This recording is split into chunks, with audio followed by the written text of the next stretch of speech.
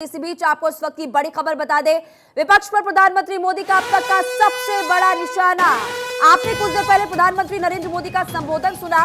विपक्ष की दुकान में जातिवाद का जहर है। आजकल ये लोग बेंगलुरु में जुटे हुए हैं। भ्रष्टाचार की दुकान में परिवारवाद के समर्थक इस वक्त एक साथ आ चुके हैं। जेल जाने वालों को यहाँ विशेष निमंत्रण दिया जा रहा है। विपक्ष का सिद्धांत फैमिली फर्स्ट नेशन नथिंग है। विपक्षी एकजुटता का आधार करप्शन है। इनका एजेंडा परिवार बचाओ भ्रष्टाचार बढ़ाओ है और देश का विकास रोकना भी इनका मकसद। इनका नारा ना खाता न वही जो परिवार कहे वही सही। कार्रवाई शुरू होने पर टेप रिकॉर्डर शुरू हो जाता है और बंगाल पंचायत चुनाव में भी हिंसा पर सब चुप रहे। तमाम बड़ी बातें आज प्रधानमंत्री नरेंद्र मोदी ने अपने संबोधन में कही है। आप खूबी जानते हैं, एक तरफ जहां बीजेपी यानी कि एनडीए की मीटिंग होने वाली शाम 4 बजे के करीब, वहीं पर बेंगलुरु में इस वक्त तमाम विपक्षी दल एक साथ है।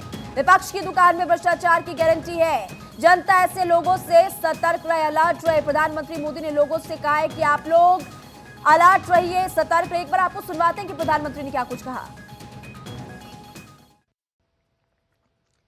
आज देश के लोग 2024 चुनाव में फिर एक बार हमारी सरकार वापस लाने का मन बना चुके हैं, निर्णय ले चुके हैं।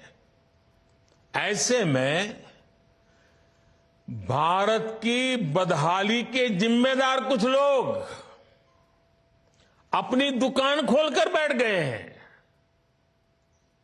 इन्हें देखकर मुझे एक कविता की कुछ पंक्तियां याद आती हैं।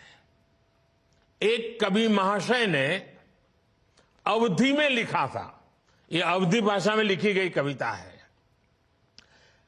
गायित कुछ है, हाल कुछ है, लेबिल कुछ है, माल कुछ है।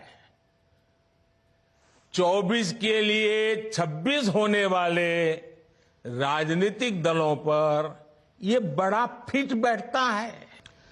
आजादी के 75 वर्षों में हमारा भारत कहीं से कहीं पहुंच सकता था, और ये मैं बहुत जिम्मेवारी से कह रहा हूं, कहीं से कहीं पहुंच सकता था।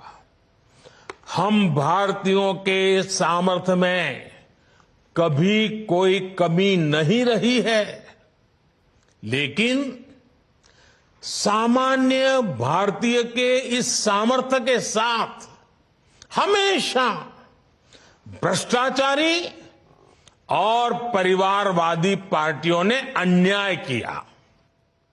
साथियों, लंबे समय तक भारत में विकास का दायरा कुछ बड़े शहरों, कुछ क्षेत्रों तक सीमित रहा। कुछ दलों की स्वार्थ भरी राजनीति के कारण विकास का लाभ देश के दूर दराज वाले इलाकों तक पहुंचा ही नहीं। ये दल उन्हीं कामों को प्राथमिकता देते थे जिसमें इनका खुद का भला हो, इनके परिवार का भला हो। नतीजा ये हुआ कि जो हमारे आदिवासी क्षेत्र हैं, जो हमारे आइलैंड्स हैं, वहां की जनता विकास से वंचित रही, विकास के लिए तरसती रही। इस दुकान पर 2 चीजों की गारंटी मिलती है। एक तो ये अपनी दुकान पर जातिवाद का जहर बेचते हैं, और दूसरा ये लोग असीमित भ्रष्टाचार करते हैं। आजकल ये लोग बेंगलुरु में जुटे हैं। एक जमाने में एक गाना बहुत मशहूर था, मुझे तो पूरा याद नहीं है, लेकिन मुझे याद आ रहा है।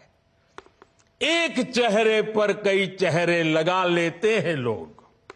एक चेहरे पर कई चेहरे लगा लेते हैं लोग। आप देखिए, ये लोग कितने चेहरे लगाकर बैठे हैं। जब ये लोग कैमरे के सामने एक फ्रेम में आ जाते हैं